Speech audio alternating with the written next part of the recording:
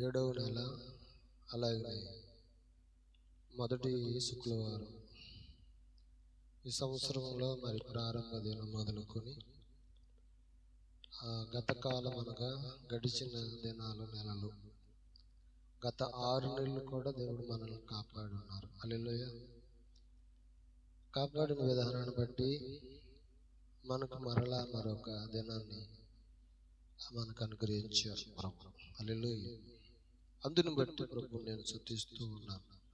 సంతోషం ఉన్న వాళ్ళు 2 చేతులెత్తి స్తోత్రం చెబుదాం. మంచివాళ్ళు మీరు అందరికీ, మీ అందరికీ ప్రత్యేక వందనాలు. దేవునికి మరి ముఖ్యంగా మరి సమస్త ఘనత ఆయనకి కలుగును గాక. ఏదేమైనా దేవుడు మనల్ని ప్రేమించి దేవుడు మనకు అనుగ్రహించిన సమయాన్ని మనం వినియోగించుకుందాం. ఈరోజు గ్రంథాన్ని చదువుకుందాం. యిర్మీయా గ్రంథం 7వ అధ్యాయం 1వ వచనంలో ఈ విధంగా రాయబడి ఉన్నది. యిర్మీయా గ్రంథము 7వ అధ్యాయం 1వ వచనం. యెహోవా యొద్ద నుండి యిర్మీయాకు ప్రత్యక్షమైన వాక్కు. హల్లెలూయా. నిజమే, యెహోవా యొద్ద నుండి యిర్మీయాకు ప్రత్యక్షమైన వాక్కు. ఏంటి యిర్మీయాకు ప్రత్యక్షమైన వాక్కు అనంటే, ఏంటి యిర్మీయాకు దేవుడు తెలియజేసిన విషయం, చెప్పిన మాటలు, ఇచ్చిన ఆజ్ఞ అనేది ఏమిటి అనంటే, హల్లెలూయా. నిజమే, చాలా మందికి అర్థం కాదు వాక్కు అనగా, ఆజ్ఞ అనగా, లేకపోతే మాటలు అనగా. చాలా మందికి అర్థం కాదు. కొందరికి అర్థమైన దేవుని యొక్క వాక్కు, దేవుని యొక్క ఆజ్ఞను అతిక్రమించే వారిగా ఉంటారు. స్తోత్రం చెప్పండి. అతిక్రమించిన విధానాన్ని బట్టి దేవునికే కాదు, మన కుటుంబంలో మన పిల్లలకి, లేకపోతే కుటుంబంలో భార్య భర్తలు అనబడిన వారు, తల్లిదండ్రులు అనబడిన వారు ఉంటారు. మనం ఏదైనా చెప్పినప్పుడు, మాట్లాడినప్పుడు, మనం చెప్పిన మాటను మరి ఇచ్చిన ఆజ్ఞ, అది చేయమన్న పనిని కానీ నిర్లక్ష్యం చేసినప్పుడు మనం ఎంతగా కోపపడతామో, ఎంతగా మనము వాళ్ళని దండించే వాళ్ళుగా ఉంటాం. స్తోత్రం చెప్పండి. ఎందుకంటే వాళ్ళు చెప్పినట్టుగా చేయమన్నట్టు చేసేవారిగా ఉన్నారనుకో సంతోషపడతాం. వినలేదనుకో, చేసిన వారిగా లేరనుకో, మరి ఎంతగా మనం వాళ్ళని దండిస్తాం, వాళ్ళపైన మరి మనం కోపపడే వారంగా ఉంటాం. హల్లెలూయా. దానిని బట్టి మనకి వాళ్ళకి కూడా కొన్ని ముఖం చరిత్రలు అనేవి మరి వస్తాయి.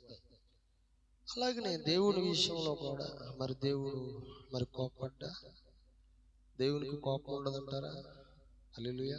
చాలా మంది దేవుడికి మన బాధలు తెలియవు అనుకుంటారా, మన కష్టాలు తెలియవు అంటారా? అన్ని దేవునికి తెలుసు అని చెప్పి దేవుని పనిని నిర్లక్ష్యం చేస్తూ ఉంటారు. ఒక్కనికి 5 తలంతులు ఇచ్చారు, ఒకనికి 2 తలంతులు ఇచ్చారు, మరొకరికి 1 తలంతు ఇచ్చారు.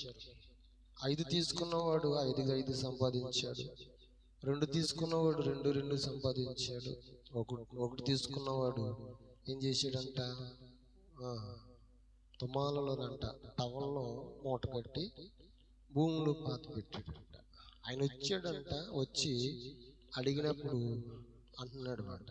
ఏమంటున్నాడు? ఇప్పుడు చాలా మంది కూడా అలాగే అనుకునే వాళ్ళు ఉంటారు. నువ్వు ఎత్తిన చోట మరి పంట కూర్చేవాడు, చల్లని చోట ఆ పంటను కొయ్యేవాడు, అన్నీ నాకు తెలుసు అని చెప్పి ఆయనకి కొన్ని విధాలుగా మరి ఆయనతో మాట్లాడుతూ వాదించేవాడుగా కనబడుతున్నాడు. స్తోత్రం చెప్పండి. మరి వాదించేవాడు కనబడుతున్నప్పుడు 26వ వచనం, మత్తయి సువార్త 25వ అధ్యాయం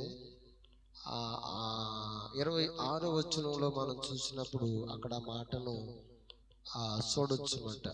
అప్పుడు చూసినప్పుడు 26వ వచనంలో ఏమని రాయబడి ఉంది అని అంటే, అందుకు అతని యజమానుడు వానిని చూసి, సోమరువైన చెడ్డ దాసుడా, నేను విత్తిన చోట కొయ్యేవాడునా, చల్లని చోట పంట కూర్చు కొనువాడునా, నీకు అంటే నీవు ఎరుగుదువా? అట్లయితే నీవు నా సొమ్ము సహకారుల దగ్గర ఉంచమని చెప్పి ప్రభు మాట్లాడుతూ ఉన్నాడు మాట. స్తోత్రం చెప్పండి. ఈనాడు చాలా మంది దేవుని యొక్క సన్నిధి విషయంలో, దేవుడు మనకు అప్పగించిన పని విషయంలో నిర్లక్ష్యం చేస్తూ ఉంటారు, అశ్రద్ధ చేయవారిగా ఉంటారు. ఇప్పుడు ఆయన అంటున్న మాట ఏంటి తెలుసా? గమనించండి. ఆయన అన్నాడు, నా సొమ్ము సహకారుల యొద్ద చూడండి ఉండనిమ్మని చెప్పి మాట్లాడుతున్నాడు. ఆ లేనివాడి దగ్గర ఉన్న తీసంట ఉన్నవాడికి ప్రభువు ఇచ్చాడు. స్తోత్రం చెప్పండి. నిజమే కదా? మరి లేనివాడు ఇంకా